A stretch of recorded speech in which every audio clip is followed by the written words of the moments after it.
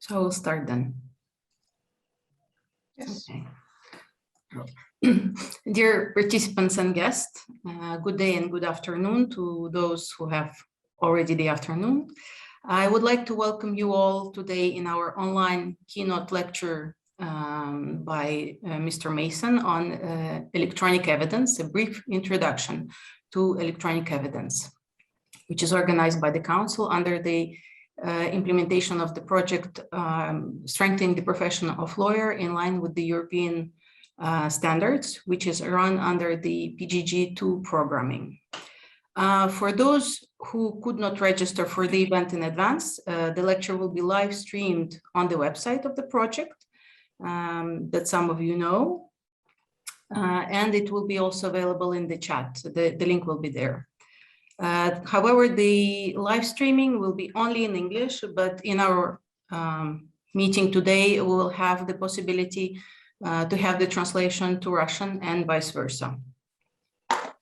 You have all seen the program, so in brief, I will just give a small overview. We will start the meeting with a welcoming speech by Ms. Lilia Grettersdottir, the head of our Cooperation Program Division in the Department for the Implementation of Human Rights, Justice, and Legal Cooperation Standards.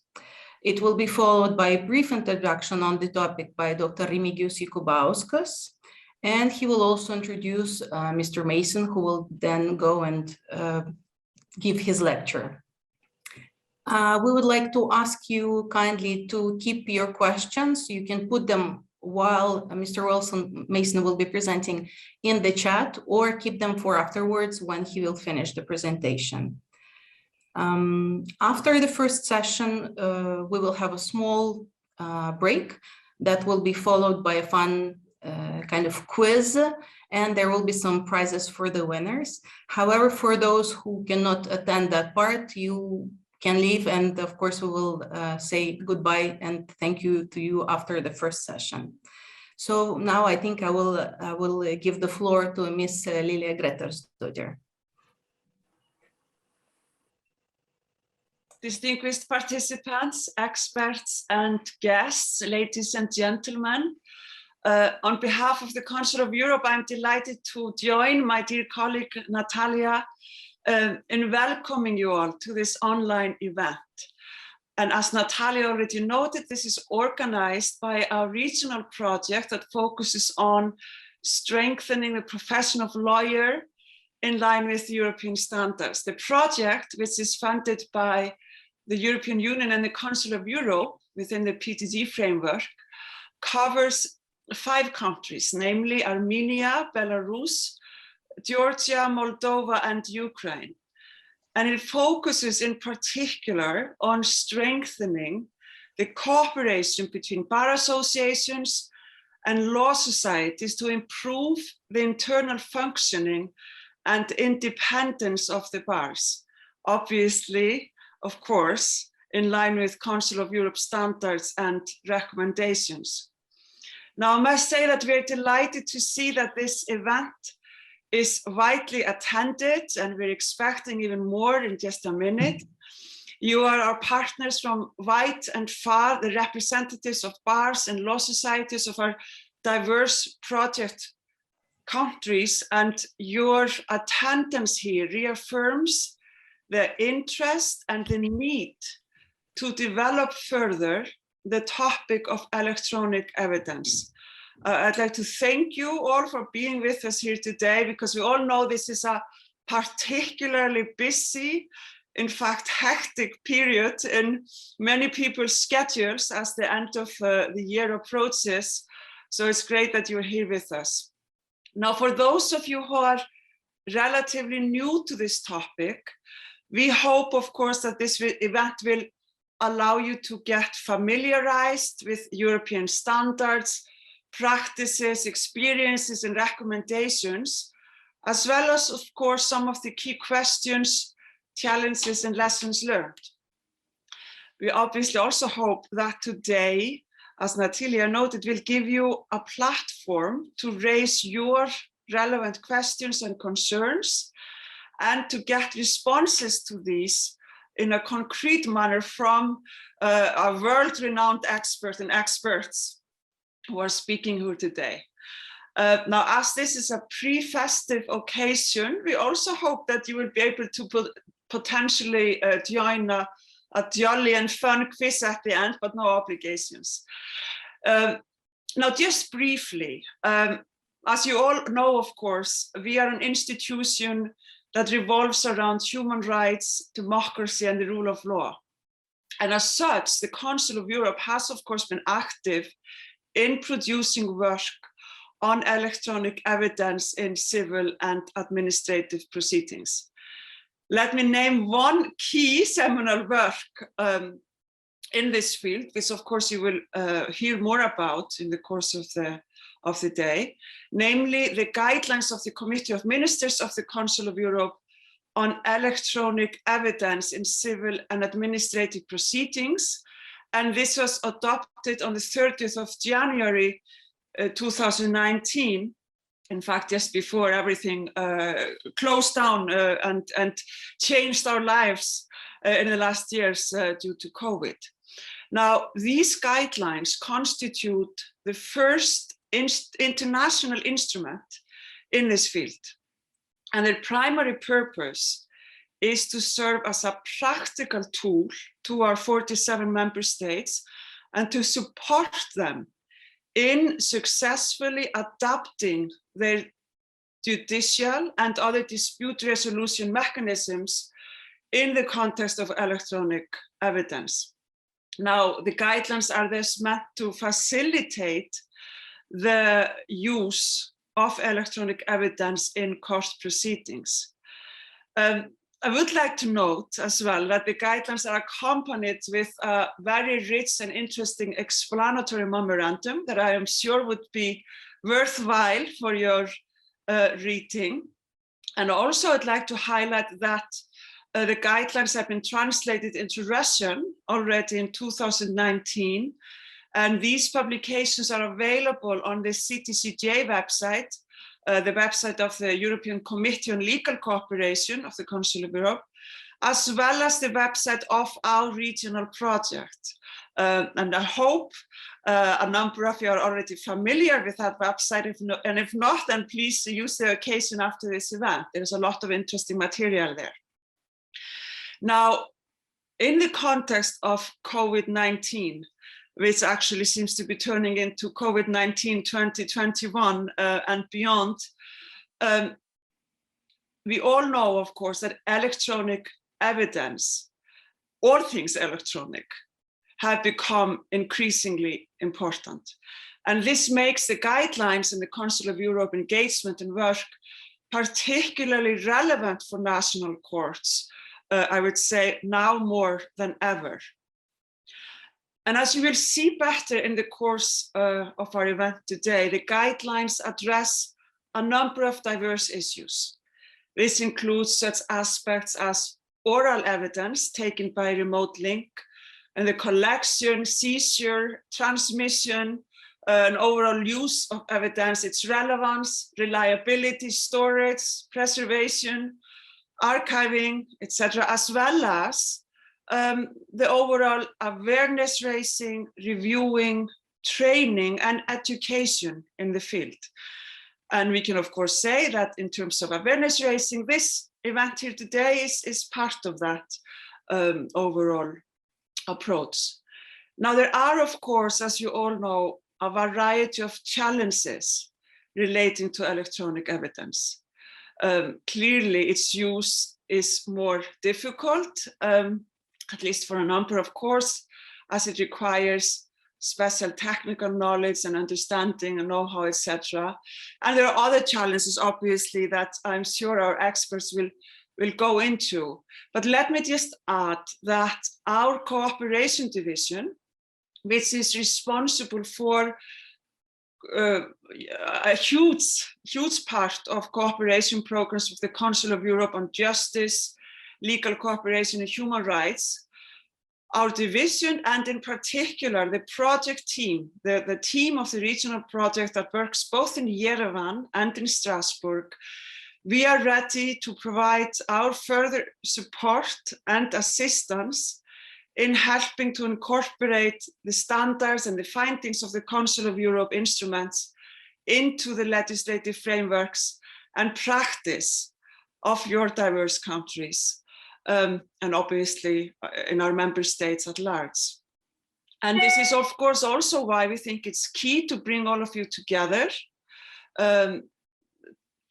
because ultimately, of course, you will be key players and are already key players in the field now and in the future.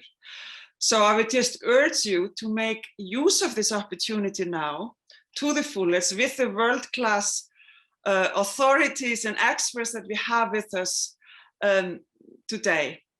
On that topic, let me just join my dear colleague Natalia in welcoming in particular the great authority in the field, Mr. Sifel Mason, who, as noted, will give a keynote speech and introduction, and with them, Dr. Remigijus Jokubauskas, who has done extensive work with us here at the Council of Europe and beyond in the field.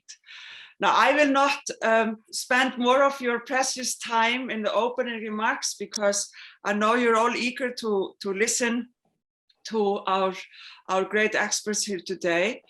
Let me just take the opportunity to wish you all a successful and good closure to this quite extraordinary year 2021. We are again now continuing to experience uncertain COVID times, again making all things electronic even more pertinent than before. And then it's also appropriate to wish you all good health and well-being in the coming new year. And I certainly hope that our cooperation, collaboration, and exchange will continue in a successful manner in the new year. So thank you for your attention. Welcome to this event, and we really hope you enjoy it and you find it fruitful and interesting. Thank you. Thank you, Lilia, for the wonderful speech. I think without further ado, I will give the floor to Dr. Jokubauskas. He will give a small introduction before our lecture. Please, Remigijus. Hello, everyone. Thank you, Natalia, very much for a kind introduction. Thank you, Julia, for organizing this beautiful event. I think we can already say it's a successful event, that we have this chance to gather people from all across Europe to meet and discuss a very important topic nowadays, which is electronic evidence. And I think, well, we can all agree that electronic evidence has become a very important source in court proceedings. More and more electronic digital data is being submitted to the courts to prove certain facts of the case. Electronic evidence, indeed, is a very broad notion, and it can include a number of digital information. It can take form of text, video, photographs, audio recordings, and so on. This digital data in court proceedings may derive from mobile phones, web pages, computers, GPS recorders, data in clouds, and so on. So we have indeed a vast number of possible sources of digital information which can be used in civil and administrative proceedings. And that's why discussions on use of electronic evidence is indeed very important nowadays. However, as you can imagine, there are a number of serious issues which arise when dealing with electronic evidence. There are a number of those. The most relevant ones, I would say, it is admissibility, reliability, relevance, submission of electronic data, of electronic evidence to the court, submission of the original form of electronic information to the court is another challenge which the courts are facing in order to save metadata, not to lose important aspects of digital evidence. And I think there is no surprise that such an important topic as electronic evidence has drawn the attention of the Council of Europe for a few years. And this attention resulted in the adoption of the guidelines on use of electronic evidence in civil and administrative proceedings. Actually, this document is now available on the internet. As it was said by Ms. Lilia, it was adopted in 2019 in January. And this document actually looks like this. So as you can see, it's a quite small book, actually. It has not so many pages, but indeed a very important information is there. So as a member of the drafting group of these guidelines, I would like to briefly tell you about the history of this document, how it was drafted, and what is in there. So actually, the first step towards the drafting of the guidelines was the study completed in 2016 by Stefan Mason, our today's speaker, and Uwe Rasmussen. And in this study, it was the comparative analysis of the regulation of electronic evidence in various countries of the European Convention on Human Rights. And according to the data found in this assessment, the draft of the guidelines was prepared. Actually, the drafting period took a few years. When the guidelines were prepared, a number of meetings took place by the representatives from various countries from the European Convention on Human Rights in Strasbourg. And after a couple of years of drafting, this document was adopted by the Committee of Ministers of the Council of Europe. Now, the guidelines have certain structure. It consists of the preamble, in which it is stated why this document was adopted, why is it important to adopt a certain document. Then it has purpose and scope, which explains the aim and goals of the guidelines. The definitions, there are a few definitions in the guidelines of the most important aspects of electronic evidence. Definitely, there is a definition of electronic evidence, of court, trust services, and a few others. Also, there are 3 fundamental principles of treatment of electronic evidence established in the guidelines, which are like the main rules which can be used by the courts when dealing with electronic evidence, such as discretion of the assessment of the probative value of electronic evidence by the courts, equal treatment of electronic evidence, and non-discrimination of electronic evidence in comparison to other evidence. And then there are 35 guidelines, the specific rules, how the court should deal with electronic evidence. And these rules relate to various aspects of electronic evidence. It relates to oral evidence taken by remote link, use of electronic evidence, collection of electronic evidence, relevance, reliability, also archiving, storage of electronic evidence. But I have to say that the guidelines only address the main questions related to electronic evidence. It does not harmonize in any way the rules how the court should deal with electronic evidence. It is merely a practical guide, a practical instrument, how the courts and legal practitioners should understand electronic evidence and should be aware of the possible issues which arise when dealing with electronic evidence. Also, I have to highlight that the guidelines, it's a soft law document. It is not a legally binding document, but it serves as a practical tool. And I have to say that we know it in court practice, courts from the member states of the European Convention on Human Rights have been already using the guidelines. For example, in quite recent case, the Court of Appeal of Lithuania has used the guidelines for interpretation of certain aspects of electronic evidence. So it means that the guidelines have achieved this goal, and now it's used by the court as a practical tool. Also, one more thing which definitely relates to the collection of electronic evidence, particularly nowadays, is the right to private life. Well, the right to private life and protection of private life, then electronic evidence is collected, for example, when the monitoring of private communication is being conducted, is not in much extent regulated in the guidelines. However, it is clearly mentioned in the guidelines that electronic evidence should be collected in an appropriate manner. And definitely the guidelines were drafted in accordance with the European Convention on Human Rights and the case law of the European Court on Human Rights. Of course, there are 2 main rights related to collection of electronic evidence, which we can find in the convention, namely the right of fair trial, Article 6, and the right to private life, Article 8. And by using this possibility to discuss electronic evidence, I would like to remind you about a few quite interesting and very relevant cases of the European Court on Human Rights, which were also discussed during the drafting of the guidelines, and also have indeed significant importance when dealing with electronic evidence in practice. The first question, which I would like to remind you, is Bărbulescu versus Romania, the case which even reached the Grand Chamber of the European Court on Human Rights in 2017. This is, I would say, it's the landmark case, because in that case, it was one of the first cases before the European Court on Human Rights when the court dealt with the question, is it legal when a private person collects information, digital communication of another person? Because in that case, it was the situation when the employer monitored electronic communication of the employee at the workplace for a couple of weeks. And it turned out that the employee, Ms. Barbulescu, in that case, that the employee was using working with tools for communication with friends and family members, but not with clients as it was according to the employment contract. And the information found after this monitoring of electronic communication was used for the termination of the employment contract. So there were two basic questions before the European Court on Human Rights.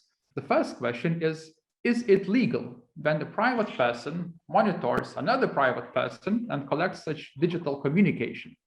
And then the logical question is this, so when is it legal if it's legal?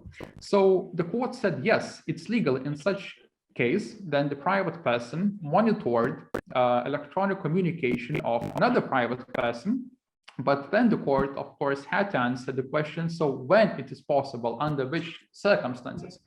And the court, as you may know, established a number of criteria which can justify collection of such electronic data. There are six steps actually established by the court, 6 criteria which have to be met always when such private monitoring is conducted. The major ones are, for instance, a clear notification prior to monitoring to the person, to the employee in that case, that the monitoring will take place. Also, it's important to have legitimate reasons for monitoring, justification for this, and so on. So there are a number of criteria which have to be met. Another quite important case in this regard is the case of 2019, Lopez Ribalda and others versus Spain, in which the court had to answer to the question, is it legal when the employer monitors working activities of the employees by using hidden video cameras at the workplace? Because in that case, it was a suspicion that employees are stealing money from the company. It was the shop. And it turned out that indeed employees were doing so, and the employer knew about this by looking to the footage of the hidden video cameras, about which the employees did not know, but this monitoring is taking place. But in that case, the European Court on Human Rights said that it is legal because it was a legitimate purpose. This information, this electronic data collected, was not used for any other purposes, so it was justified in this case. So as you can see, there are a number of interesting questions and aspects related to treatment of electronic evidence, how it should be legally collected, used, submitted to the court. And I am very, very glad that today we have Stefan Mason with us, who is definitely the leading scholar and the leading expert in the area of electronic evidence and electronic signature.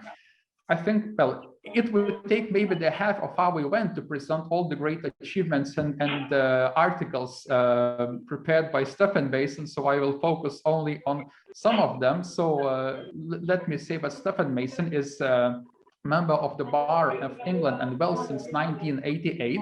He's an associate research fellow at the Institute of Advanced Legal Studies at School of Advanced Study at University of London since 2003. He has also been a visiting scholar in University of Singapore and University of Tartu in Estonia. He published a number of books and articles, but the most recent one, I believe, is the book on electronic evidence and electronic signature, the 5th edition of this book. And also Stefan Mason has established the Journal of Digital Evidence and Electronic Signature Law Review in 2003. So I believe you see there is no one more competent in this area of electronic evidence indeed than Stefan Mason. So I'm very, very glad that today we have Stefan Mason with us. And before I give the floor to Stefan Mason, I would like to say that now you have a chance to actually give any questions to Stefan Mason related to electronic evidence. Please write your questions in the chat. If you could, please do not write long questions, just write the more short questions you write, the better it will be for us to understand the questions and assess them. But during the presentation of Stefan and Mason, please read all the questions which you may have regarding electronic signatures, electronic evidence, and we will discuss these questions after the presentation. So now I would like to give the floor to Stefan Mason, and Stefan Mason, the floor is yours. Just turn on the microphone, Stefan, please. I think it's turned off. Can you hear me now? Yep, we can hear you now. Okay. Perfect. Perfect. Thank you very much for a lovely introduction. That's very kind of you. It's very much appreciated. What I, as an introductory comments, my first point is that I will try and keep my delivery fairly slow because what I'm saying now is being translated into Russian by our translators. And I have no indication whether or not I will be traveling. I'm speaking too quickly, so please bear with me. The second thing is Julia is going to actually change the slides for me, and I will mention the change as we speak. So thank you very much, Julia, for doing that for me. I'm actually speaking at the moment on a smartphone, quite an old one. I'm sure some of you may think this should be in a museum now. It's the 6SI, which I was given a few years ago by the authorities in Dubai when they asked me to go and speak at an event between judges and prosecutors and lawyers, which was quite interesting. And they were having the same problems as we are all having the same problems across the globe with electronic evidence. The also interesting thing is that the smartphone does not, you may be amused to know, it does not have a SIM card attached to it, which means there is no telephone number attached to the smartphone. Again, you might be quite amused because when I received the smartphone, I did not know what to do with it. I genuinely did not know what to do with it. And several people offered to buy it off me. But I discovered that when I travel abroad, I can connect to Wi-Fi, of course, and then use Skype to contact my telephone. So that was quite nice. So that's all I use it for. Again, you may be amused by that because, of course, I'm been writing about electronic evidence now for a number of years, but the knowledge of electronic evidence does not equate with how you use devices and electronic devices generally. So please do put any questions in the box, which we could then discuss the answers to and discuss them at the end of this particular formal part of the session. That would be great. Obviously, if we were all together in a single place and being physically present, I would enjoy being interrupted and answer questions and make points and discuss points at the point that they arise. But unfortunately, it is not practical to do that on this particular occasion. So I'm sure all of us apologize for that. So my initial comments are that for those people who are listening now or will listen to the recording, some of you are probably very well aware of quite a lot of the issues relating to electronic evidence already. And if that is the case, please accept my apologies if I'm looking at this topic at a very high level of generality, which you might be aware of. For those people who are not familiar with the topic, then I hope this is a good general overview, but we do not, for obvious reasons, look at everything because there is too much. And as has been mentioned, our book, the 5th edition of Electronic Evidence and Electronic Signatures, is available. Professor Daniel Seng from the National University of Singapore and I co-edit that, and we also write a number of chapters as well ourselves. From the 4th edition onwards, we actually agreed to have it published online in a PDF for free. So you can download the whole thing without cost if you don't want to buy a paper version. And I hope that is useful. Of course, it's only written in English, but I'm sure at some stage, if somebody wants to talk about translating it, I think that would be a very good idea.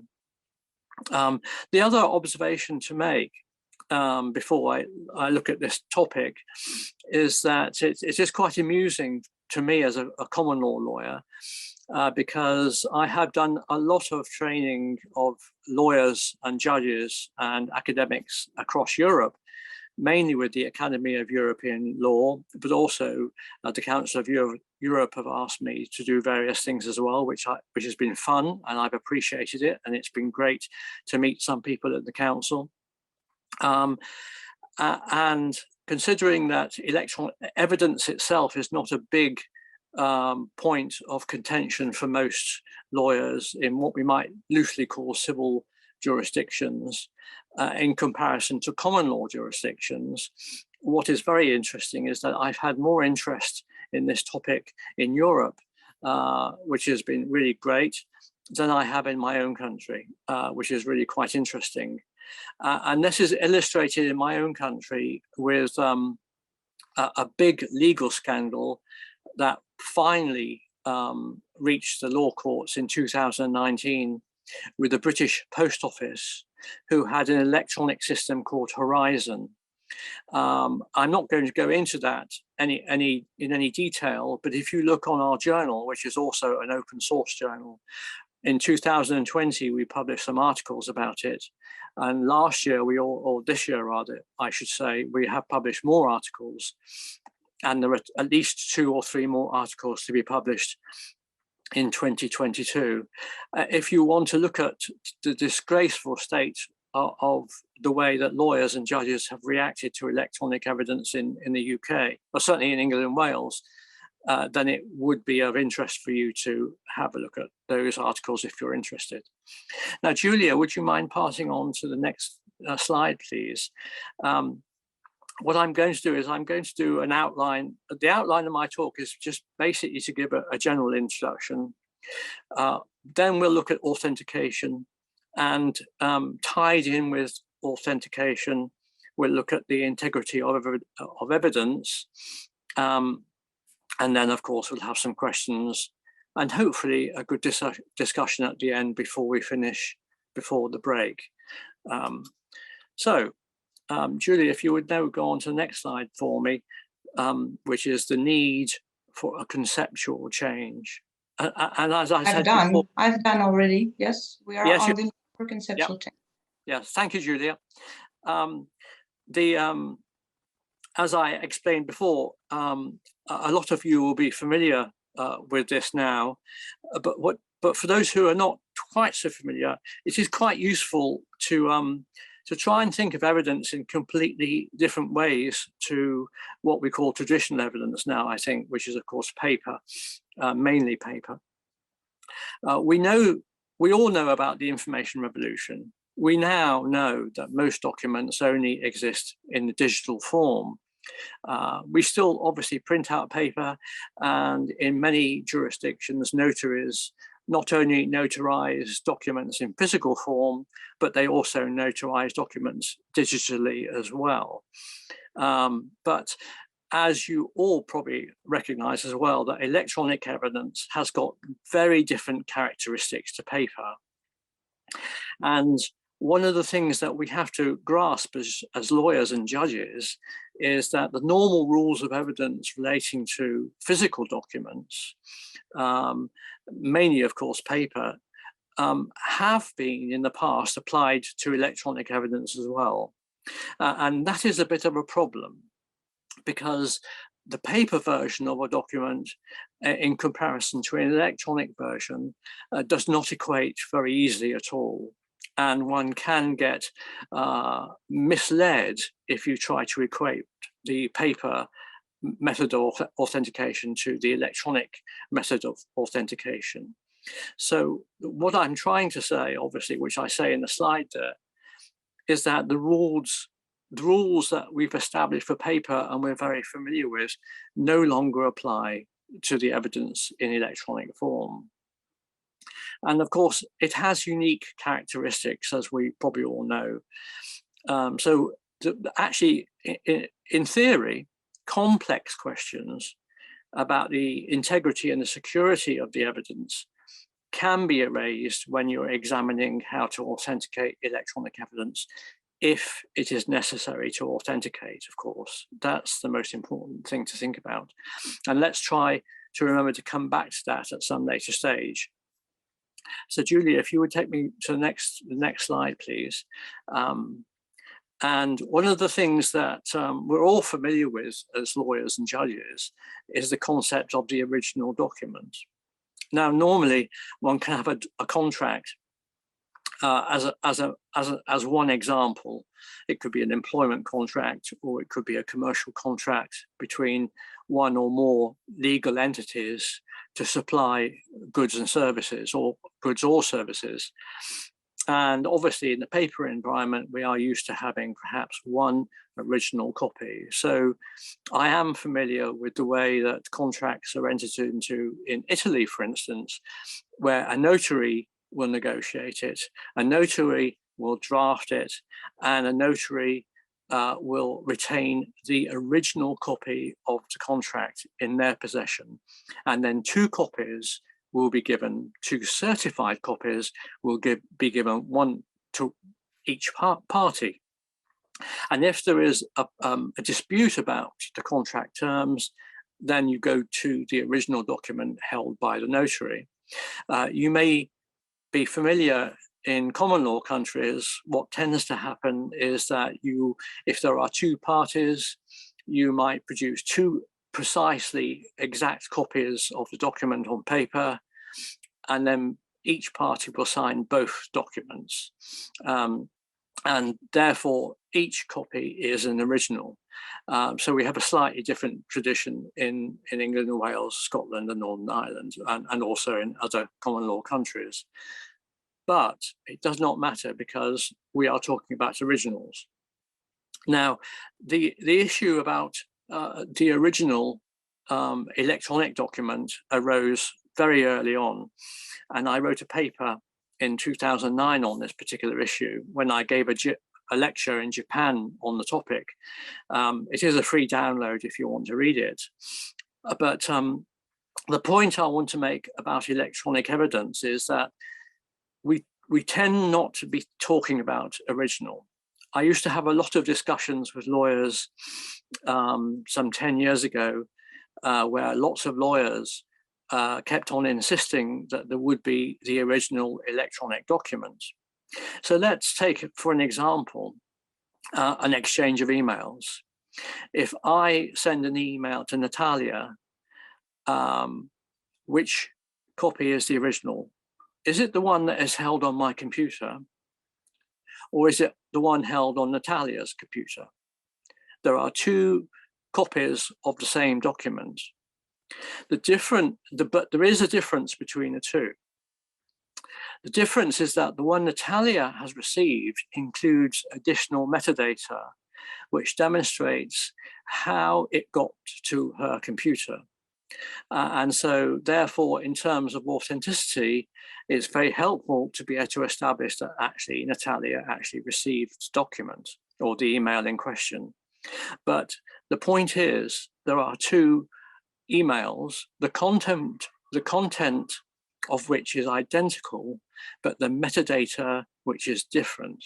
So one could argue there are 2 originals in existence, but that of course means that the concept of original no longer exists, because essentially original tends to be just the single document. So my observation is that if we accept that all digital data is a copy of a copy and maybe of a copy, then we can think about authentication in a different way to the authentication of a contract, for instance. So what we do need to think about is what I've called, together with other people I've discussed this with, first in time evidence. By that I mean, if to take it out of the civil context just for the moment, if you're a police officer and you have seized somebody's computer in the investigation of a crime, for instance, then the hard disk of the computer is the physical item upon which all of the data is stored. So as that is the first in time that the police seized the computer together with the hard drive, one can say, for evidential purposes, when it comes to authenticity, that is the first in time iteration of the evidence that came into the possession of the police. And then from that moment onwards, if the authenticity of the evidence is in dispute, then the police will have to demonstrate the integrity of the evidence from the moment that they obtained and seized the evidence. So that's just one example. I think certainly in more recent years, most people have now begun to accept that this is as a realistic proposition, rather than insisting that there must be an original in electronic form. Just to extend this discussion slightly more, if you think about taking a photograph on a smartphone and then uploading the photograph to an internet website, and maybe even sending copies of it to other people, then the question becomes, which is the original? Okay, arguably it could be the one on the smartphone, but what if you delete it? Then what becomes the original? And in theory, if we think about paper versions, then the original has been destroyed or deleted.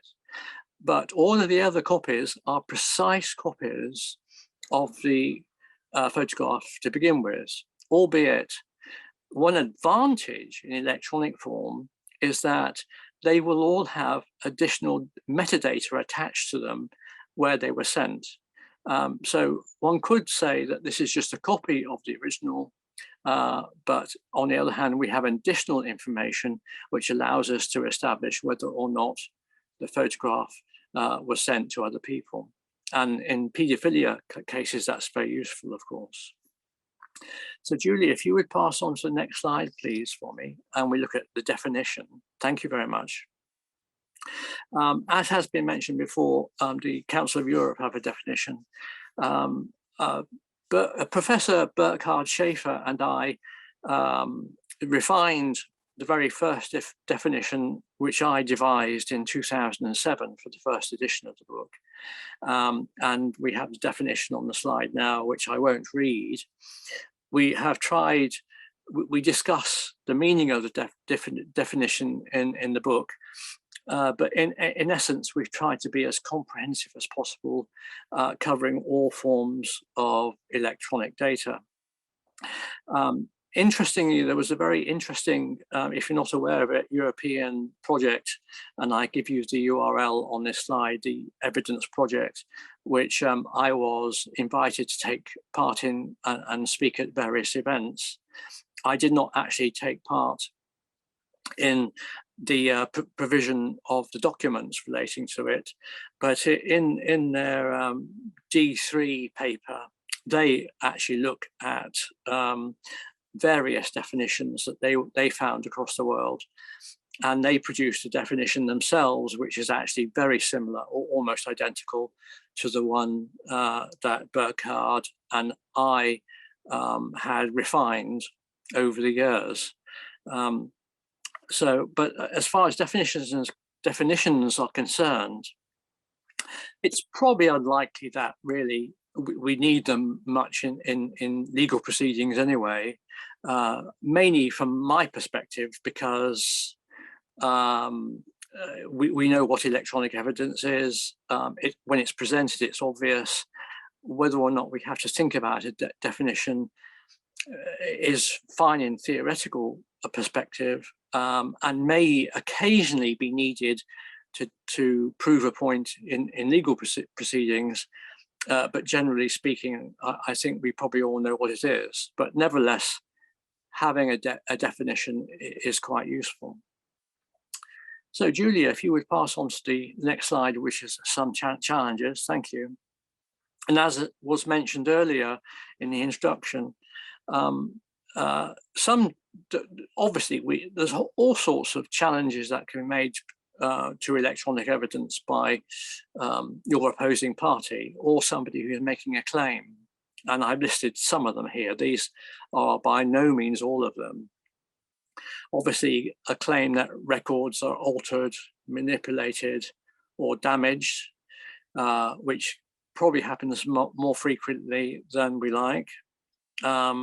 Also, the reliability of the computer program, because that may be questioned. And that is certainly part of the case in the Post Office, the UK Post Office Horizon case, which came to trial in 2019. That was quite a significant issue because in England and Wales, there is a legal presumption that computers are reliable. And for those people who have downloaded our book, you will notice there's a complete chapter on this presumption. And the chapter has been devised, or I devised it and wrote it in 2010 for the second edition to demonstrate that this presumption is incorrect. And so far, this case has also demonstrated how incorrect it is, although we do not see any move by the English Parliament or the judiciary to make any changes to this presumption yet. Also, the identity of an author might be in dispute, or maybe the person that used the mobile telephone. Quite often, when there's an accident, some people will claim they were not using their mobile telephone while they were engaged in causing an accident in a motor vehicle. But also social networking websites, that is quite frequent now. Maybe some of you listening to this now are involved in family and divorce matters and specialize in those areas. If you do, you are probably familiar with using or gaining access to social media websites to prove one or other of the divorcees have been having an affair with somebody, which demonstrates the proof as to why they should be divorced. And also ATMs, especially banking generally. Banking has suffered quite badly from increasing amounts of theft, both to internet banks and also ATMs, and using the password or the PIN to establish entry into an ATM and then stealing money. That can be a big issue. And it certainly continues to be, even though we have a much stronger mechanism now, because of course in Europe every card has a digital signature attached to it, but even that can be evaded by thieves, so that continues to be an issue. Right, if Julia, if you would pass us on to authentication, please. Thank you very much. So when we think about authentication, again, for those people who are familiar with the book, you will know that there's an entire chapter on authentication. I initially wrote that for the first edition, and Dr. Alison Stanfield from Australia joined me as a co-author of the chapter. And for this fifth edition, Professor Luciana Durante from Canada, who is a well-known specialist and world leader in archiving of digital data, agreed to join Dr. Stanfield in writing or essentially rewriting our chapter on authentication. And for anybody that is interested in this topic, I would recommend that chapter. It's a very good chapter. It takes a global perspective, not just a common law perspective. And Professor Luciana is an Italian working in Canada, although she is a Canadian citizen as well. So she has at heart the great notary tradition of Europe and Italy in particular. So it's well worth looking at. But the point is that it might be necessary to lay down the evidential foundations of the evidence before it's accepted into legal proceedings. Now, this, of course, is different to admissibility, which we're not going to look at. So what I want to give you is an example from England and Wales. So in civil proceedings in England and Wales, there is a procedure of the civil court. So it's not law, but it's a procedural requirement that, first of all, you have to disclose to the other party all of the evidence that is in your favor, but also all of the evidence which is against you as well. That's a requirement. And if you fail to do so, there can be sanctions against you. So there comes a time in the proceedings, if you do not settle before litigation begins or before the trial begins, that you have to exchange all of the evidence with your opposing party. And what at this particular stage, what happens is that there is a procedural rule that states that at the stage that you exchange your documents, both parties, if there are only two parties, accept the authenticity of all of the evidence the other party is putting forward. Now, the purpose of this is obviously to reduce the amount of time spent in challenging any form of evidence, including electronic evidence at trial. The aim of the trial is to reduce the discussion down to those issues that are in dispute, not peripheral issues, which makes it, of course, cheaper for the participants, and it's cheaper, obviously, for the justice system, and it makes it shorter. So at this stage, when you exchange documents, you have got 14 days to inform the opposite party whether or not you dispute the authenticity of any of the evidence, and if so, what evidence you dispute. Now, if you do dispute some of the evidence and you put the party on notice that they must authenticate it, then that's what they must do during trial. They must actually authenticate the evidence first. As you can imagine, in English civil proceedings, this very rarely happens. Invariably, in the vast majority of cases, everybody accepts the evidence put forward. It is very rare for them to challenge the authenticity of the evidence. It does occur occasionally, and it does obviously occurs more frequently with electronic evidence, but still most electronic evidence is accepted without the need to authenticate. Obviously, the authenticity of the evidence might be the subject of challenge during trial.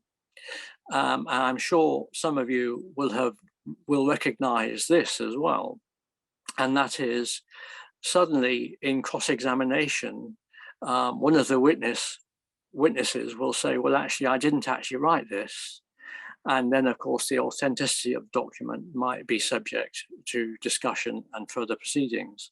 But that also is quite rare. So, Julia, if you wouldn't mind taking us to the next slide, please, for trustworthy. Thank you very much. So when it comes to evidence in electronic form, we don't have the physical piece of paper with the physical documents on it. And of course, with the physical signatures. Naturally, you will say, well, sometimes signatures are forged, which they are, of course. And then in a physical environment, it will be necessary to ask for the expertise of a professional in signature handwriting to establish whether or not signatures were forged or not. But in electronic data, we can't do that easily. So we look for something, evidence which is trustworthy. So what do we mean by that? Well, It's obviously a word that probably means what it says it means. Does the electronic data in front of us, does it deserve to be trusted? Do we entrust our confidence, or are we confident that it is actually the document that was sent or received, for instance? When it comes to the concept of trustworthiness, we've got two qualitative dimensions. The first one is reliability.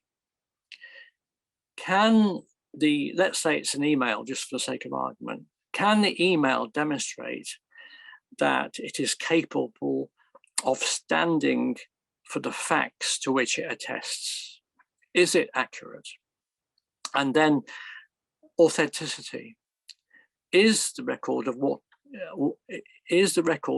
it claims to be? So is the email in question something that was sent by a witness and received by another witness?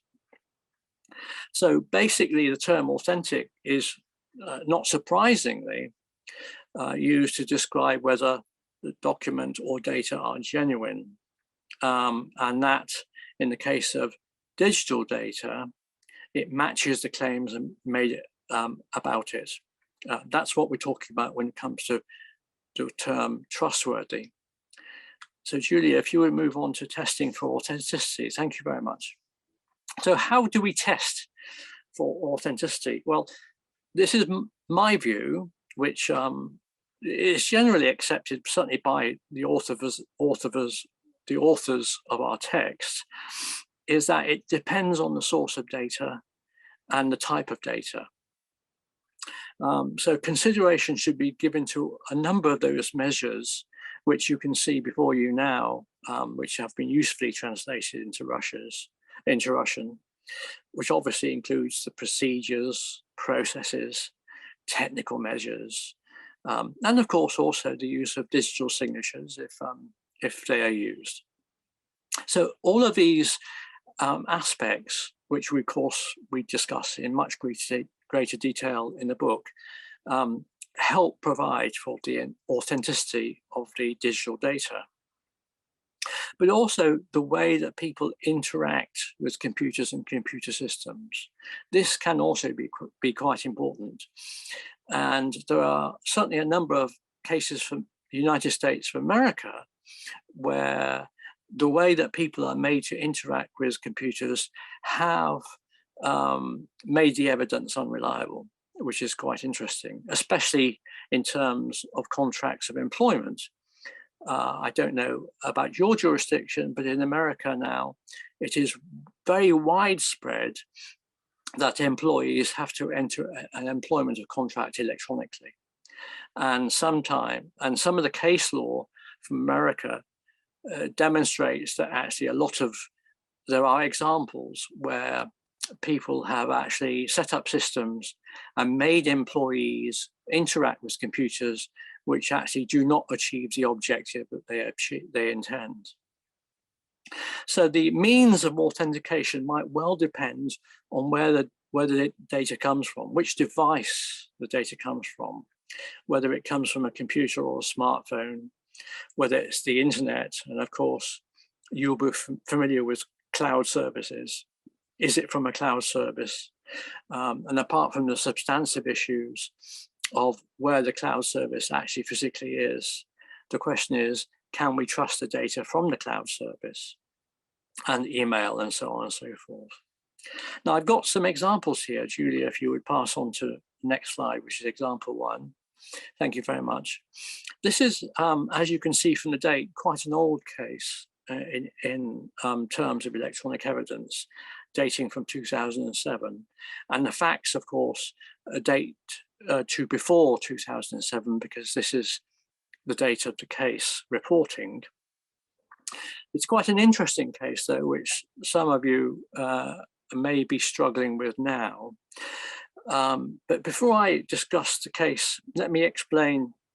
In civil cases in France and also in Belgium, to my knowledge, if you are a party to litigation and you wish to adduce evidence, you must do so through a neutral third party. And in both France and Belgium, you do it through a bailiff. And bailiffs are used to, certainly were used to, dealing with physical evidence, obviously. But when it comes to electronic evidence, they were on a rapid learning curve, as of course we all are, and we continue to be so as well. So in this case, this was an issue about intellectual property rights. I don't think the facts of the case really are relevant, but one party introduced evidence through a bailiff as to the intellectual property rights being misused. But when the party to whom it was addressed against objected, it transpired that the bailiffs had used a computer with quite a lot of data on it already. So they did not use a clean computer, they used a computer which had already been used quite a lot.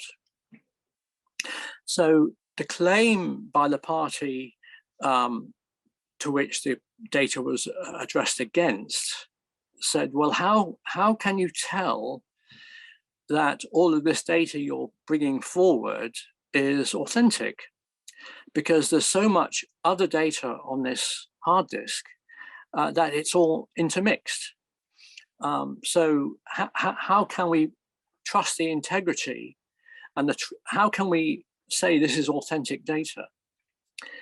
And the judge decided that the data would not be accepted in legal proceedings.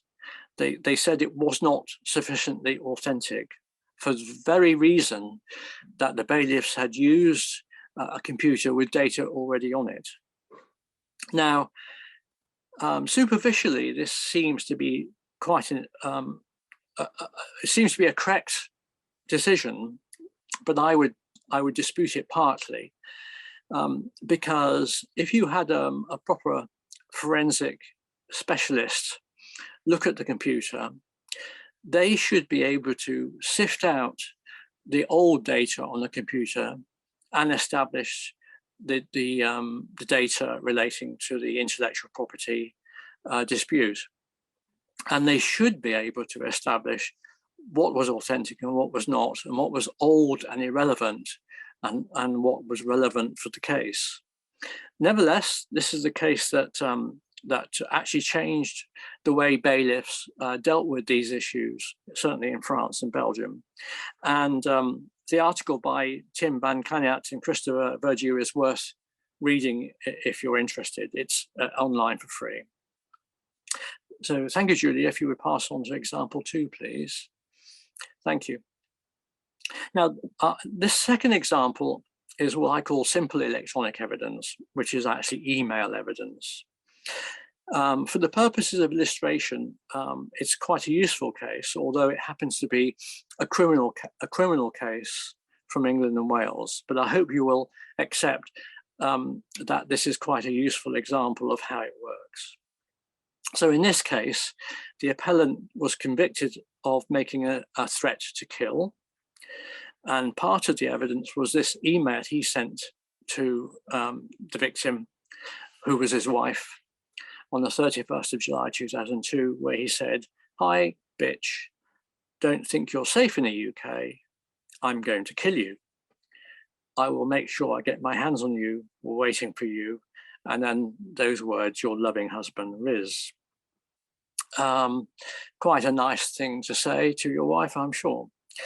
Not. Now, to put this into context, this is one email amongst a lot of other evidence that was presented to the trial judge. And a lot of the evidence was physical witnesses who came forward, including his wife, to say that he had threatened her in various situations over long periods of time.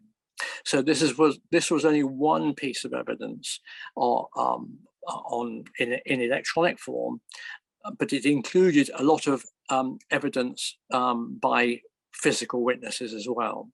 So it was not a single piece of evidence that went to show the threats that he was committing. So if you would pass on to the next one, please, Julia. Thank you. So at trial, a witness for the defense gave evidence, first of all, to demonstrate how easy it was to produce a document that claimed to be an email, to make it look like an email, but which had nothing to do with the email account from which it came. Now, I don't know physically how to do this myself, but I do understand it is quite easy to make an email appear as if it's come from your email system. But of course, it's not that easy, as we all know.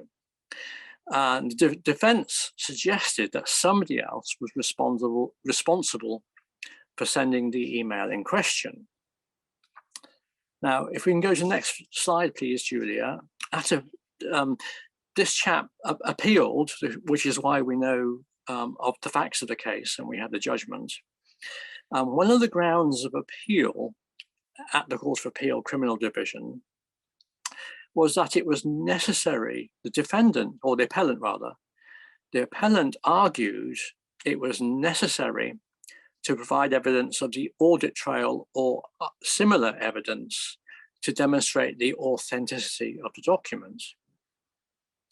Now, in normal circumstances, one would say, yes, do understand that. If the document is in dispute, then this is something we should be dealing with. However, the members of the Court of Appeal rejected this submission. So Julia, if you would go on to the next slide, please. So why did they do that? Thank you very much. Well, they said, actually, this particular email did not have to be authenticated in the way suggested by the appellant. And this was because of the circumstances that surrounded the events and the other evidence. So as I mentioned before, there was lots of other evidence of different types to demonstrate that he was threatening to kill his wife. And the Court of Appeal said, well, the content of this email is similar to other evidence produced at trial. So this actually was sufficient for the Court of Appeal to say, well, actually, this, because of the other evidence, it went to show that the appellant actually wrote and sent this email. So the finder of fact, in this case, the members of a jury in England and Wales, had to consider whether in all circumstances it was possible that somebody else produced this email. So one could argue, well, in a population of 60 million people in England, who wanted to kill this man's wife? And the answer is only one person, as far as we know.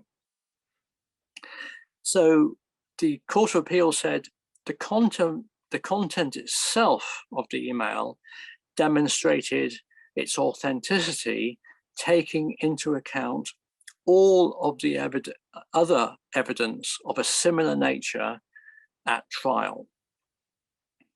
And they continued to say, well, look, if the email was fabricated, which the defense suggested it might be, it has to be questioned as to why somebody who does not know the appellant went to the length of forging the email, the content of which was so obviously linked to the other evidence in the trial. Now, I'm not sure if necessarily everybody listening to this would agree with the outcome of that particular decision of the Court of Appeal, where they said it was not necessary to authenticate the email. But from a practical point of view, I agree with the reasoning of the Court of Appeal. There's no reason I can see why we should disagree with it. But certainly if people do think it's wrong and the decision ought not to have been made that way, let's discuss that after I finish my formal piece. That would be quite interesting. So Julie, if you would go on to the next slide for me, the integrity of data. Thank you very much. So clearly, both in the chapter on authentication of electronic evidence, but also we have another chapter called Proof, which is written by lawyers as well as technicians. There are a number of things that we want to talk about, which are covered in these chapters relating to the integrity of the data. And we've got a series of questions here which we've devised. And I have to thank Professor Martin Thomas, CBE, for proposing these, and I have slightly tweaked them. But without him, we wouldn't have achieved these particular questions. But they are a very useful guide in whatever legal system we operate in regarding electronic evidence. So the question is, what confidence can we have that the evidence accurately represents the facts that they are purported to represent? So then we've got these three questions then. It leads to three questions. First one, was there a trustworthy source of information that accurately reflected the facts? Hopefully, in many cases, it will be quite clear. But if not, it may be that a digital evidence professional will be able to establish that by using technical software to be able to establish whether or not they can trust the source of the information. And where evidence is in dispute, that probably will be necessary. So then once you've got an answer to that question, the next question is, if there is a trustworthy source of data, is the evidence that you present in legal proceedings generated without error from that source of information? Now, this can be important because, as I'm sure a number of you will know listening to me now, as a result of your own experience, that the evidence might have been manipulated inadvertently from being copied to being presented in legal proceedings. So we have to be aware of that possibility. And then finally, with question 3, if the evidence was generated without error, the next issue is, has the integrity of the evidence been preserved between the time the data was collected to the moment you rely on it in legal proceedings? And this is particularly relevant in criminal proceedings, but equally as relevant in civil proceedings. So once the evidence is seized, can you actually, are the systems in place such that the evidence has not been altered from the moment it was seized to the moment you're looking at it in legal proceedings? I hope for those people who are familiar with electronic evidence, you may think this is quite a good set of questions to ask. And certainly, if you have experience of this, please do share it with us. That would be really super. So if we can go on to the next slide, please, Julia. Thank you very much. So what sort of thing should we be looking at when it comes to authentication? Well, there are obviously a number of considerations. It differs according to the nature of the evidence to be authenticated, where the evidence is to be found, and the local rules of evidence for obvious reasons. The evidence from a mainframe computer will be different from the evidence from a domestic laptop or a smartphone. Obviously, the means of authentication will depend on the individual rules of the jurisdiction. And incidentally, that is why in forming the first draft convention on electronic evidence, which we include as an appendix in the book, but also it's available freely online in the journal from 2016, we make these points that everything is predicated on what the local jurisdiction rules are. There is no attempt in the draft convention on electronic evidence to make the convention specific to any one legal system. It is generic. There's no attempt whatsoever to say this is what common law does. That's irrelevant. What is relevant is how we can deal with electronic evidence regardless of our legal culture or legal system. And of course, in the majority of cases, oral and circumstantial evidence is sufficient for most. Now, Julia, if we can go on to the complex electronic evidence. Thank you very much. I'm not going to discuss this in any great detail. Complex electronic evidence, for instance, evidence from a mainframe banking system, is going to take much more than what I've discussed this morning. There's a two-phase approach in the book at the paragraph 5.26, and this is taken from an article which you can download if you're interested there. And we also have a link to the draft convention on electronic evidence, article 4, if you're interested in looking at it. Incidentally, on this draft convention on electronic evidence, I'm going to suggest that we think about updating it to version 2 and initiate that next year. But I will let the council know and invite anybody across the world to help work on a second version on that one. So Julia, if you would go on to the next slide for me, please. Thank you, the integrity of the evidence. I'm now finishing my talk. And this is the last slide, effectively. So one of the issues is whether or not the integrity of the evidence has been preserved between the time the data was collected and the moment it is relied on in legal proceedings. Well, I've got two cases here, one from Estonia and one from China, which you might find of interest. In the Estonian case, one of the parties challenged the use of an MD5 hash because they said that the MD5 hash had been broken, and therefore, by using the MD5 hash, the authorities meant that you could not rely on the evidence. As a matter of interest for you, I was actually asked to give evidence in this case by the person who was accused. They wanted me to be an expert witness, but I explained to them that I couldn't be unless the jurisdiction agreed, which they didn't, which is fair enough. But the court held that just because an MD5 hash had been broken, it did not follow that you could not rely on the evidence. And we have this detail in the journal if you're interested.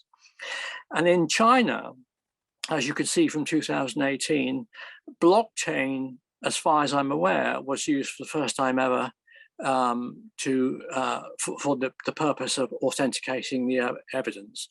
Again, if you want to look at that case, that would be quite interesting, I think.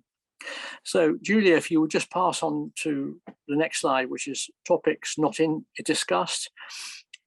There's a whole list of topics there, of course, that we can't discuss today, which are obviously included in the book if you're interested. And with the next slide, Julia, if that's all right with you, English translations of the Belgian Yahoo case. That particular one is very interesting. It's an issue about who is, there was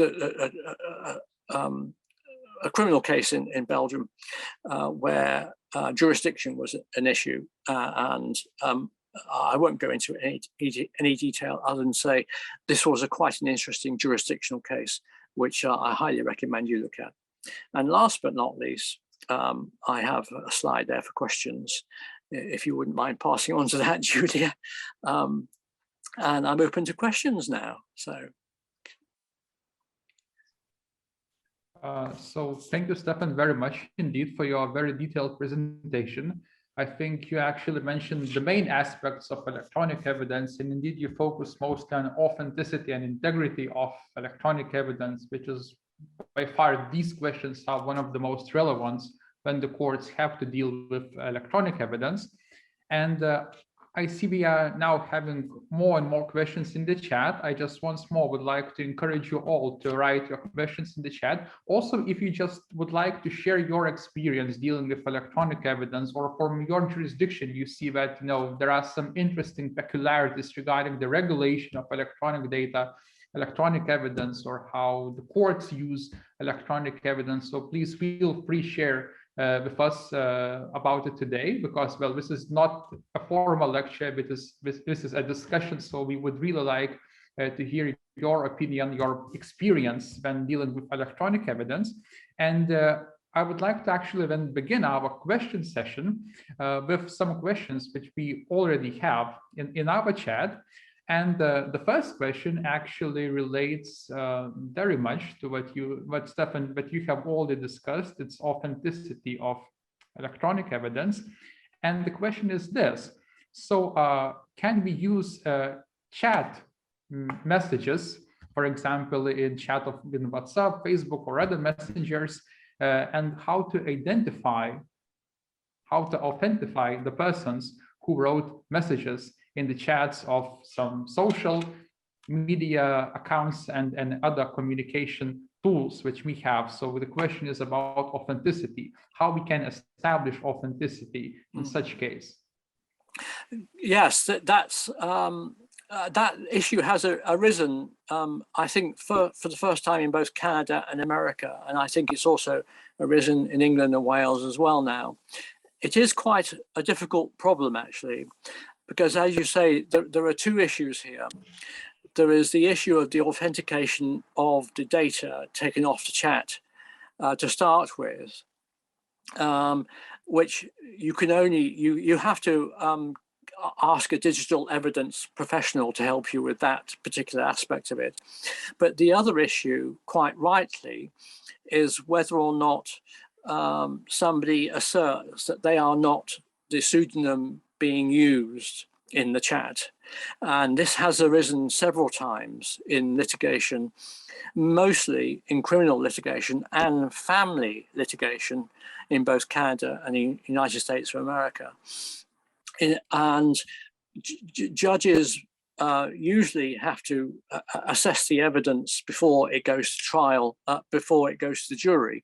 For those who are not familiar with legal proceedings in front of a jury, it's, as you will know, probably it's the jury that decides whether somebody has or has not committed the offence and therefore is guilty or not guilty. But there are occasions when issues relating to the authenticity of the evidence, for instance, is discussed in the absence of the jury, because the jury are not permitted under common law systems to listen to every argument of a technical nature. So you have an argument before a judge. A judge then issues a ruling, and then the jury are told what the judge has decided in regards to the evidence. So in cases where there are less cases dealing with the authenticity of the evidence, normally chat rooms are relatively acceptable. But the real issue is, of course, whether or not the names or handles that are being used by those people in the chat room, whether or not they are the people that are making the comments. So there are two ways of approaching this. The first one is if you've seized the computer of the perpetrator or the person alleged to have committed the crime, then there should be sufficient technical evidence on the computer to demonstrate that they entered into the chat room and when they left it, so that you can infer that they were the ones that were actually communicating in the chat at that material time. And a second piece of evidence that helps is whether they have used a particular name or handle, as it's called, on other occasions, and there is evidence to demonstrate from other people that they are associated with this particular name or handle. So if I was well known for using Santa Claus as a handle in chat rooms, then the evidence would be, well, you probably did it. Although I don't use chat rooms as myself or any social media, but that's an example. It is a real difficulty. I'm sure everybody is facing that problem right now. And also, as Stefan, you mentioned the presentation, we have to look to the content of the data, of the evidence, and other evidence which may surround that specific electronic data, which may prove the authenticity. And also, Ivan would like to say what's written in the guidelines regarding the authenticity. So in the guideline 21st, it's written that as far as a national legal system permits and subject to the court's discretion, electronic data should be accepted as evidence unless the authenticity of such data is challenged by one of the parties. So the idea behind this rule, and it was quite debatable, I think, during the drafting process, that authenticity actually, well, it almost has to be, I believe, presumed unless other party challenges it.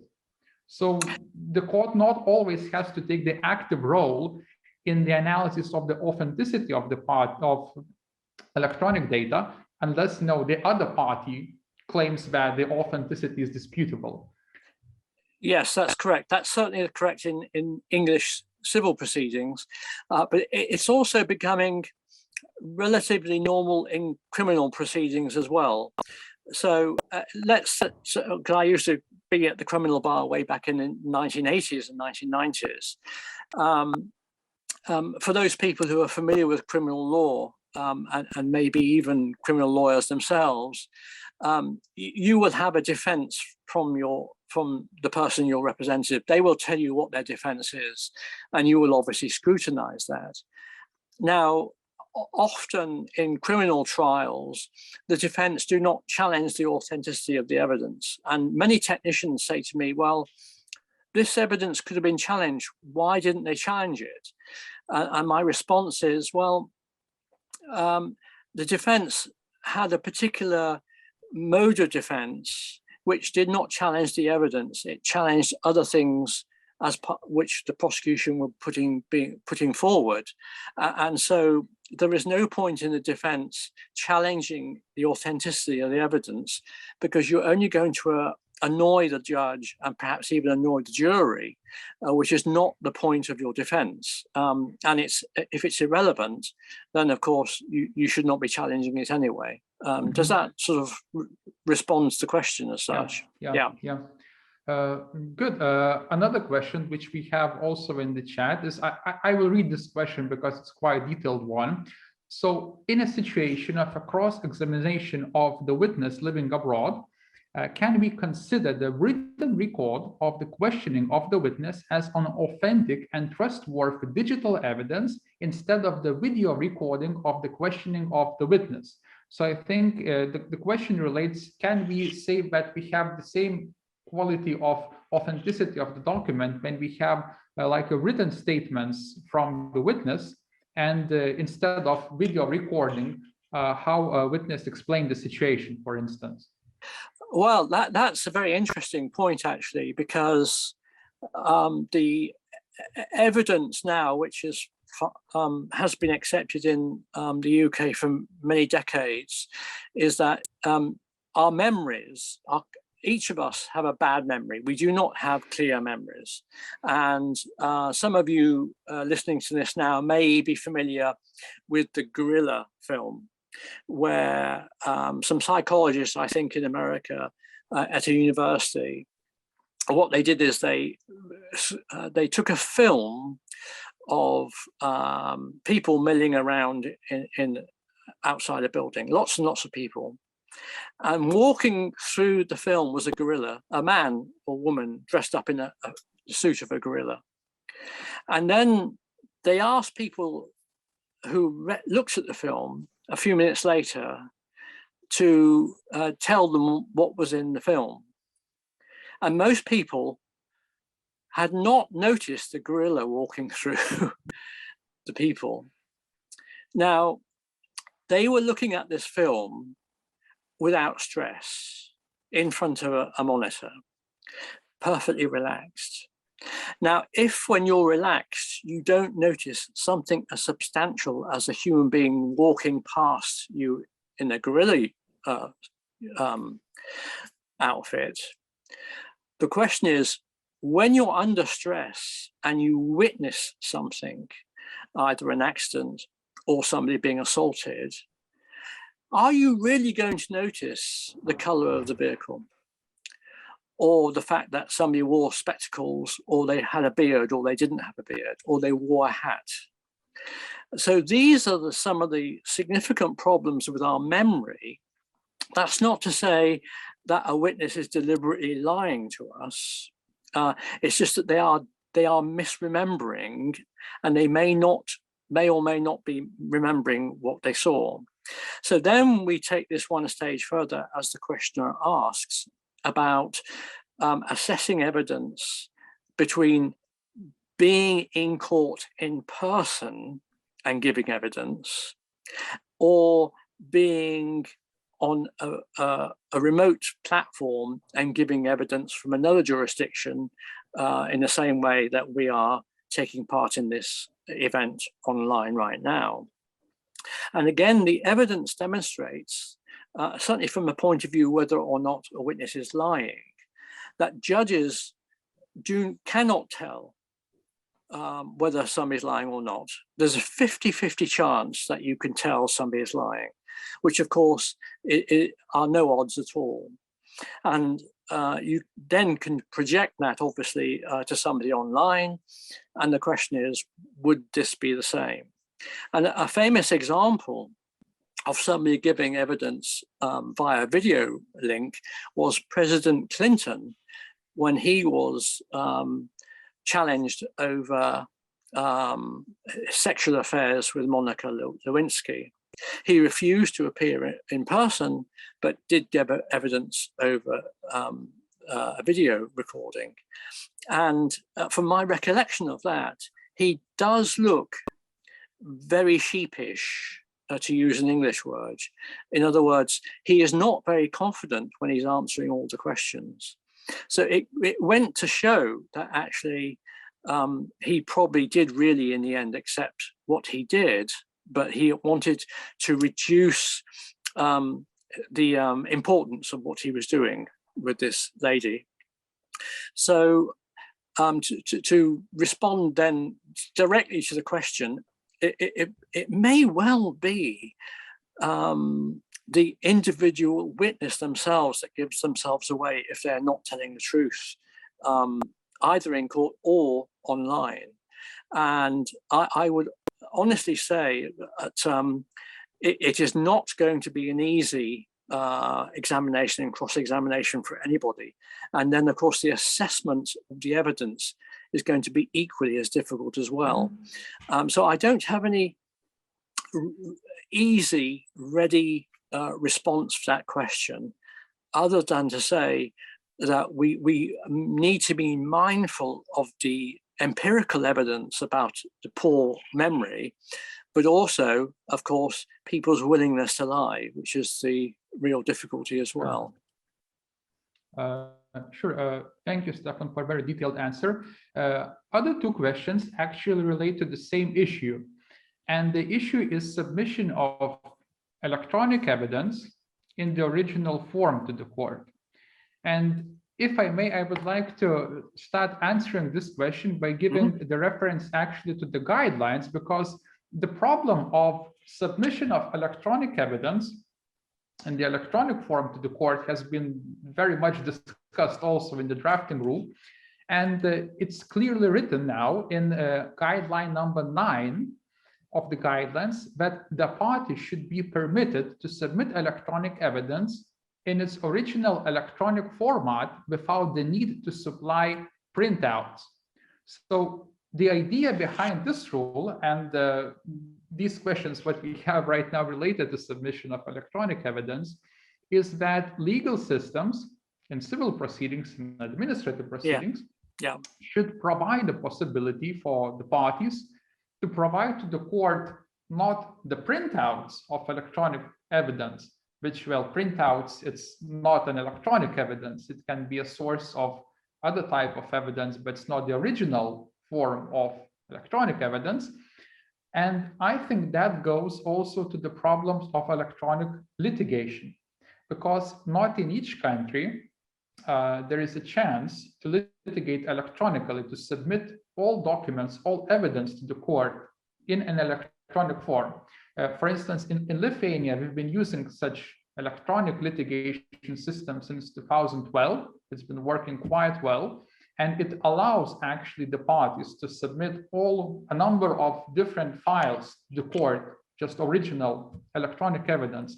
So maybe, Stefan, you could explain what are the problems of the printouts of electronic documents and how important it is to ensure that electronic documents are submitted in the original form. Yes, there are two related issues there then, really. The first one is a matter of resources. In other words, does the court that you're submitting the evidence to have the facilities to be able to accept the evidence and then store it properly? And I'm sure there are still lots of courts across the globe right now that perhaps do not have that ability. So that makes it difficult then to obviously adduce the evidence in electronic form unless there is a protocol between the lawyers and the court to allow the lawyers to bring their own devices into court to exchange evidence. But those are practical problems. Now, if we say accept that there's just one court, just for sake of argument, that does not have the facilities for accepting this evidence, then if we take two scenarios, if we take the scenario where there is not very much electronic evidence, then printing it on paper is helpful. But of course, as I'm sure a lot of people on this discussion will know, it does not adduce all of the evidence that's relevant to the authenticity of the document. So printing out an email is fine, and one can accept that if there is no dispute about the authenticity of the document, because all we're interested in is the content and maybe who it was sent and who received it. However, if authenticity is an issue, then the metadata, which is the data behind the data, which demonstrates how the email was sent and received, can be obviously highly significant. Now, when I print out an email occasionally, which I do do not know how to print out that metadata. No doubt a technician would know how to do that, but the email is going to be useless without that metadata if the authenticity is published. So by publishing it on paper, you're not achieving very much. Now, if you're that's a situation in a small court where there are very few documents. However, if you've got a large amount of documents, and by large I mean hundreds of thousands, if not millions of documents, which I'm sure some people taking part in this event now are familiar with in big cases, then there is no way you're going to publish everything on paper. It would just be impossible. And then you would have to take a lorry to court and unload the lorry, which of course is not suitable. So I certainly hope that the work done by the Council of Europe does encourage local governments in different jurisdictions appreciate the need to provide more resources to courts to be able to do this and conduct it electronically. Does that sort of answer the question as such? Yes, Stefan, yes, I think so. Thank you very much again for a detailed answer, because indeed this possibility to submit electronic evidence in the original form, I think that's a quite big issue nowadays, and that's why states should provide the possibility to litigate in the electronic form, because without that, well, how we can submit electronic evidence in the original form? Another question, which we have from Georgia, relates also to the authenticity of the electronic evidence. And as far as I understand from the question relates to the situation, then the authenticity of electronic communication, for instance, is proved by the bailiff or an enforcement agent. I think that's also quite common practice in civil law countries, when enforcement agents have the right to confirm that certain facts exist or do not exist at a certain time. So how do you think, Stefan, the use of services of enforcement agents to prove that there is a message was written, for instance, on the chat, is it an additional safeguard to prove authenticity, or is it not necessary? What do you think? Is it a common practice also in the United Kingdom to use such services of enforcement agents? In common law countries across the world, it's very rare for you to ask a third party to produce evidence for you. So if we're in a civil litigation in England and Wales, by way of example, then each party is responsible for collecting the evidence itself. Now, of course, if you wanted evidence from a third party that you haven't got enough lawyers to go and ask them for a statement, then you may employ a neutral third party to go to them if they're willing to provide a written statement. But generally speaking, third parties are not used that much. When it comes to electronic evidence, even if you use a neutral third party, the authenticity of the evidence could be challenged in any event. It much depends on what the defense of each party is relying on, of course. I'll give you an example, if I may, very briefly. I'll discuss it as briefly as I can. Many years ago, in 2009, I was asked to advise on this particular point. It was a VAT fraud in Europe when the UK was part of the European Union, where they were all Arabs.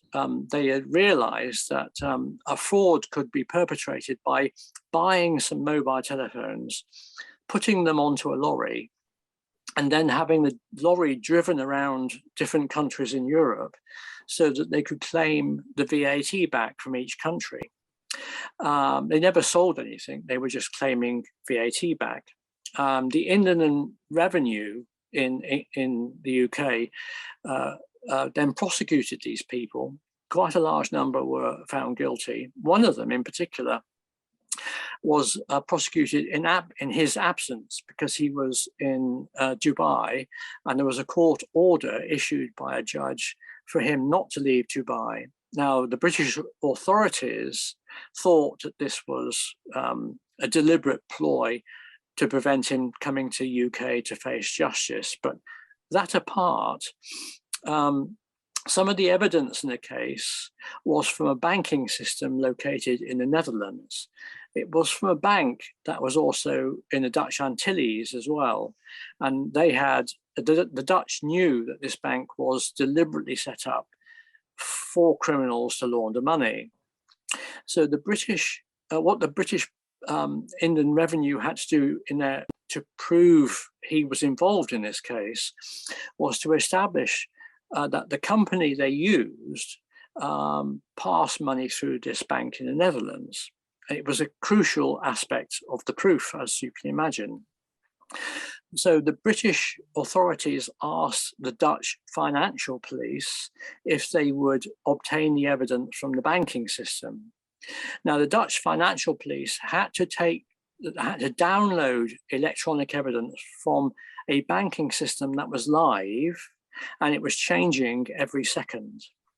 So as you can imagine, the guidance that is issued by the Association of Chief Police Officers in England and Wales, and also the guidance that we offer in the Draft Convention on Electronic Evidence, does not suit a situation like this. So the digital evidence professional has to rely on their knowledge and experience to be able to deal with the situation appropriately. In this case, the evidence was disputed.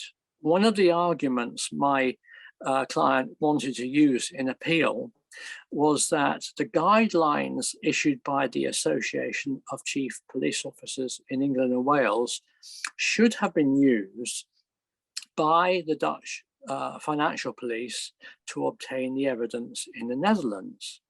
And I was asked specifically to advise on this issue. As it was, I do know one of the judges of the Court of Appeal in the Netherlands, and I wrote to him to find out if there was a similar set of guidelines in the Netherlands. There was. It's only written in Dutch, and it was also secret, which is really quite perplexing. So I was asked to establish in law whether the Dutch guidelines should apply to the evidence as they obtained it, or the English guidelines.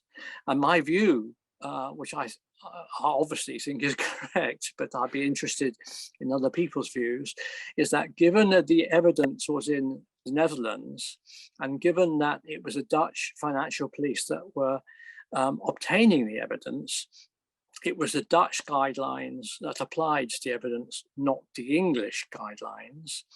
And then when the evidence came to the UK and was actually in an English court, then the person who obtained the evidence in the Netherlands could be called as a witness and could be examined and cross-examined on it as to the integrity of the evidence and what they did. So I don't know if that is the sort of response you're looking for, but it's probably the nearest approximation I can get to third parties. Yes, Stefan, thank you so much. Also, we have one more question, which I believe relates more to criminal proceedings, but also it can be very relevant in civil cases as well. So as far as I understand from the question, the suffered party, the victim, submitted to the court a printout of the Facebook discussion, of the messenger discussion from the social media account. But the victim party did not provide the gadget, the device in which communicate, for which was used for the communication. The other parties submitted all Facebook profile to prove that the chat, that some information was written there, and the defense party asked the court to make expertise of the Facebook account and possibly to take the device in which the victim received that communication. So I think the question relates how in detail should the court analyze the authenticity of electronic evidence and use experts also for examination of authenticity and reliability of electronic data. Well, I think in response to that, if I may, I'd refer to the practice that the police now adopt in England and Wales, if that's all right. And that would be, the police would definitely take a copy of the victim's hard disk. If it's a smartphone, they would do the same with a smartphone. So they would have all of the electronic evidence to be able to use to establish the authenticity from that device. Now, it may be that that is not sufficient. You might have to then go online and obtain further information. But the situation that you've set out would not occur in England and Wales because the device would have been seized and the data on it copied, so that would be available. And I think in the situation that you've set out, which obviously is a realistic one in some jurisdictions, unfortunately, my response would be that the court should be, if the parties have not done it themselves, looking to getting an expert in on the court's volition to be able to deal with this, if it is such a significant issue in the case. Yes, Stefan, I also think the same. Also regarding the court's role in treatment of electronic evidence, I would like to mention Guideline 17 of the guidelines, which establishes that courts should engage in the active management of electronic evidence in order, in particular, to avoid excessive or speculative provision of or demand for electronic evidence.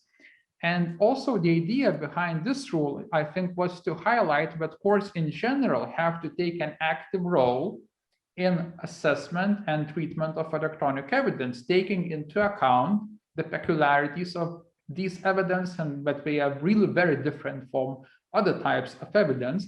But also, the idea was to emphasize that courts should know the boundaries, how much digital data is necessary to prove certain facts of the case. Because at the end of the day, electronic evidence, as any other type of evidence, is used to prove certain facts of the case, if they exist or did not exist. So the idea was to emphasize that courts should take quite an active role, of course, in accordance with all the principles of equality of parties and so on, but courts should know how to handle the peculiarities of electronic evidence. Also, we still have some time, so I encourage you all to write a few questions more if you have. But one more question, which I would actually like to ask you, Stefan, is, well, I mentioned a couple of cases from the European Court on Human Rights related to right to private life and collection of electronic evidence. Yes. Do you think that these cases, this Barbulescu versus Romania and that case against Spain, which allowed monitoring of a private person, in both cases it was the employer, to monitor digital communication or just working activities by hidden cameras, do you think from your perspective, is it really compatible with the right to private life, and under which circumstances you would justify such monitoring? Over two decades ago, one of my first books was about email and the internet at work. I think it went into about 7 editions in the end. And these precise issues I covered in that book 20 years ago. And where the substantive law of privacy and human rights allows you, there are always circumstances which make them not absolute rules. In both of those cases that you mentioned, there is an objective reality where an employer has the right to establish whether or not employees are stealing from them. But that has to be obviously tempered against the human rights of the employee.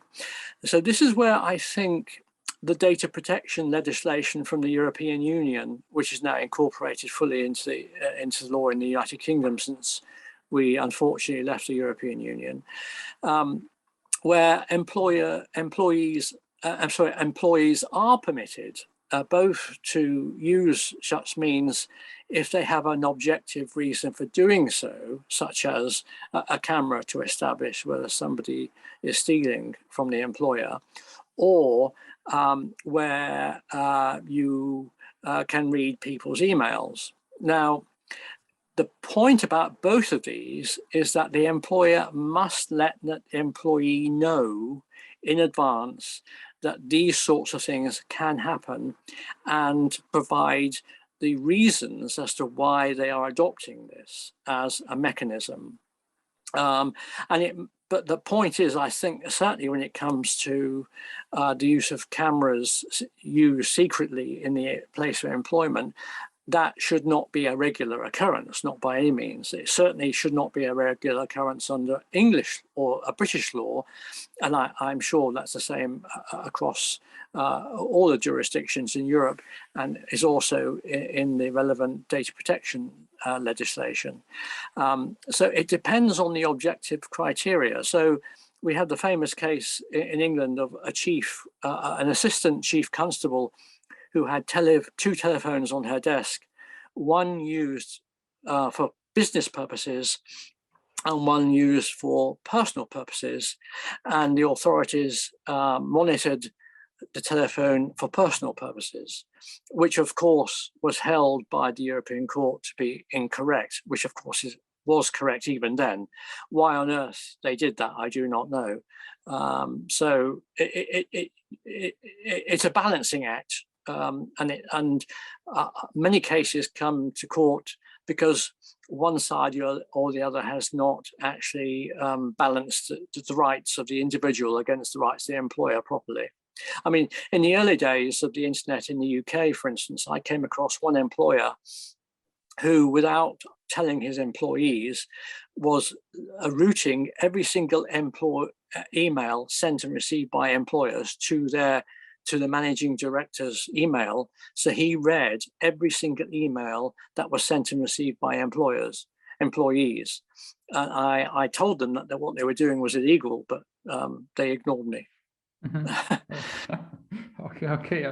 Thank you, Stefan, very much. And I think the final question which we have for today's discussion, it relates to indeed a very sensitive topic, to domestic violence. And I think the question concerns how electronic evidence, are there any peculiarities of collection of electronic evidence in cases of domestic violence? Well, the example what you, Stefan, mentioned, in that case, it was the threat to the wife that the husband is going to kill the wife. It's indeed a quite good example, I believe, of such a sensitive case. But would you see any other peculiarities related to collection of evidence in cases of domestic violence? Well, certainly where it's occurring, if, for instance, the party that's being abused manages to put their smartphone on record at the material time, then clearly that can be used, providing it's admitted, to demonstrate the fact that they are telling the truth when they say they were abused. And also, increasingly, people put cameras all around their house. And so if they're recorded, of course, that can also be used as well. Okay, great. So I see we have no other questions then. So I think we can end the first part of our today's event. If Julia would allow us to do so. What do you think, Julia? May I just... Or Natalia? I think that Natalia will speak now, yes. Oh, Natalia, yes. So please, Stefan. May I just interrupt very briefly? Sure, Stefan, yes. I know I'm leaving after this, and I'll leave it to you, Natalia, in a moment. But I just want to say thank you very much to everybody for listening in to this now. Thank you very much to the Council of Europe for putting this event on. I am very indebted to everybody from the Council that is taking part in this event right now for all of the preparations and our tests yesterday. It's been very successful. I thank all of you very much for doing that. I also thank the translator or translators that have been translating. I have not seen you or met you, but thank you very much for that. And I wish everybody a great festive season when it comes in a few days. Thank you, Stephen. Well, I think we've heard some quite interesting information on electronic evidence, some challenges that were mentioned by Mr. Mason. I also thought that the first in-time evidence information that was presented was quite fascinating. We also heard some examples of electronic evidence, including even domestic violence. And I think it all illustrates the difficulty with the data provided and the complexity as a whole of electronic evidence.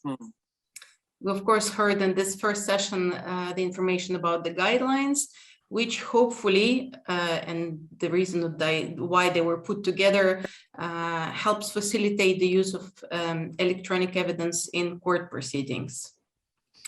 And I would like to thank all the participants for the questions. I think we've had some interesting discussions based on those questions. Thank you for participating there. I would like to thank, of course, our esteemed experts, Mr. Mason, for his invaluable and very interesting presentation, giving this introduction on electronic evidence, and of course to Remigius Ikubauskas for giving some information on the Council of Europe guidelines. And a special thank you to all the translators for this part of the first session. Like I said before, after the first session, we'll break into the we'll have a small break for 10 minutes. That will be followed with a hopefully fun quiz with some prizes for the winners. And just to end, I would like to thank you all for participating in the first session. And for those who will leave, I would like to wish you a Merry Christmas now or in January, depending when you're celebrating it, and a Happy New Year to all, and goodbye to those who will leave us. And see you soon in 10 minutes for those who will stay. Thank you. Thank you. Bye-bye. Thank you. Thank you. Bye-bye.